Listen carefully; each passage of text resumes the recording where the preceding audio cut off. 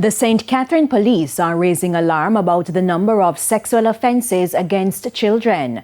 The issue was highlighted as the police provided details on the crime statistics today for in Portmore.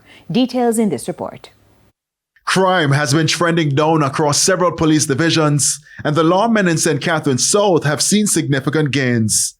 This was Operations Officer Superintendent Troyville Horton at the Portmore Municipal Corporation on Wednesday. We boast a 74% reduction in murders and shootings, respectively, across the division. Similar case where we have a reduction for robberies and break-ins and theft of motor vehicles in particular, were our main issues last year.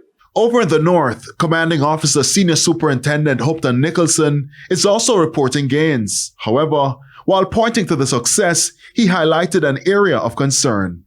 We're a bit concerned with the reports of sexual offences, especially against minors. A number of the perpetrators that we have arrested, they are adult men who could have been the victim's father or grandfather.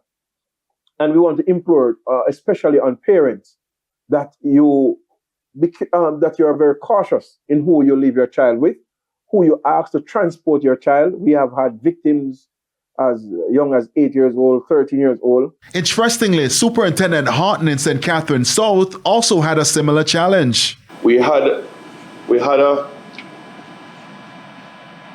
number of incidents of rape in the earlier part of this year, primarily due to one person who gave us quite a bit.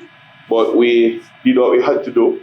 The necessary investigations and all the entities that were to be engaged were engaged, and we can see that that person will no longer be a threat, especially to the children he targeted during the earlier part of this year.